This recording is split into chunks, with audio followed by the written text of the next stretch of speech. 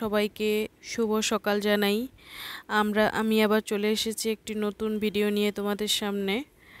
আমাদের দোকানের ঠাকুর খুব নোংরা হয়ে গেছে, দেখো কেমন কালো কালো পড়ে গেছে। ঠাকুরগুলোকে আজকে ভালো করে আমরা ঘরের মধ্যেই পালিশ করে নেব। আর কিভাবে সেটা করা হচ্ছে তোমরা একটু দেখো বন্ধুরা। আর আমরা কিন্তু এটা ফার্স্ট টাইম করছি, এর আগে কিন্তু কখনোই করিনি। আর জানি না কেমন হবে, ঠিক দোকানে নিয়ে গেলে তো অনেক টাকা নিত, আর ঘরে দেখো আমরা করছি এটা। আর এটা লিকুইডও আছে আমাদের কাছে, পাউডারও আছে। দোকানে খুব একটা বেশি দাম নেয় না এটার, 20 টাকা 25 টাকার মতো নেয়। আর পাউডারটারও ঠিক ওরকমই দাম। তাই ঘরের মধ্যেই আমরা করে নিচ্ছি, আমার বর করছে, আমি করছি। আর এদিকে দেখো প্রথমে না এই পাউডারটা আর এই লিকুইডটা দুটো মিলেই কিন্তু ঠাকুরের গায়ে ভালো করে কিছুক্ষণ লাগিয়ে রাখতে হয়। তারপরে এই যে এই ব্রাশটা কিন্তু ভালো ব্রাশ, এটা দোকান থেকে নিয়ে আসা হয়েছে, নতুন ব্রাশ। দেখো আমি এটা লাগিয়ে রেখে দিয়েছি এই ঠাকুরকে। তারপরে গণেশ ঠাকুরকেও করে নেবো এরকম।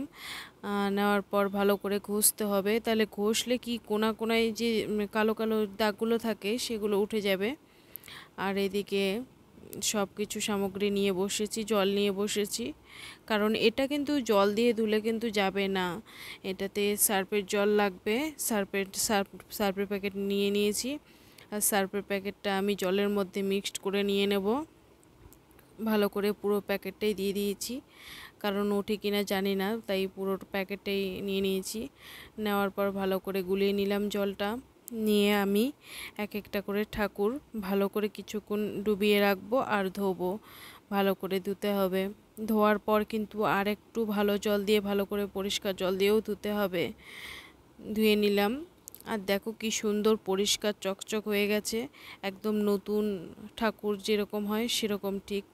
এটা দিয়ে কিন্তু খুব ভালো পরিষ্কার হয়। আর তোমরা কিন্তু কাঁসার বাসনপত্র পরিষ্কার করতে পারো, এই লিকুইডটা দিয়েও করতে পারো, আবার পাউডারটা দিয়েও করতে পারো। পাউডারটাও কিন্তু ভীষণ ভালো, আর পাউডারটা দিয়ে করলে কিন্তু ওরকম একটা তেল তেলে যে ভাব থাকে, এই তেল তেলে ভাবটা থাকে না। আমি ঠাকুরগুলোকে ভালো করে মুছে নিচ্ছি, যত শুকাবে তত এই কালচে কালচে দাগটা পড়বে না। দেখো কি সুন্দর নতুন নতুন নতুন লাগছে, মনে হচ্ছে যে সব ঠাকুর নতুন নিয়ে আসা হয়েছে ঘরে। আর দেখো কি সুন্দর কৃষ্ণ ঠাকুরটাও খুব ভালোভাবে পরিষ্কার হয়েছে। যে গণেশ ঠাকুরকে ড্রেস পরিয়ে দিয়েছি, কৃষ্ণ ঠাকুরকেও ড্রেস পরিয়ে দিয়েছি, মা লক্ষ্মীকেও আমার ড্রেস পরানো হয়ে গেছে।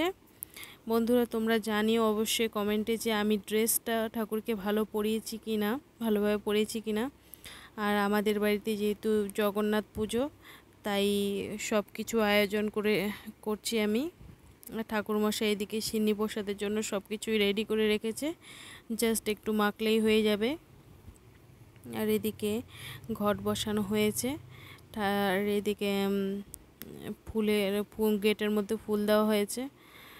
তারপর শিব ঠাকুরকে বেলপাতা দেওয়ার জন্য বেলপাতায় কিন্তু চন্দন দিতে হয়। আর ঠাকুরমশাই আমাকে বলেছেন যে শিব ঠাকুরকে নাকি একটাও পাতা কিন্তু নিখুঁত, মানে যেটা বলে কি নিখুঁত পাতা দিতে হয়, একটু মানে খারাপ থাকবে না পাতার মধ্যে।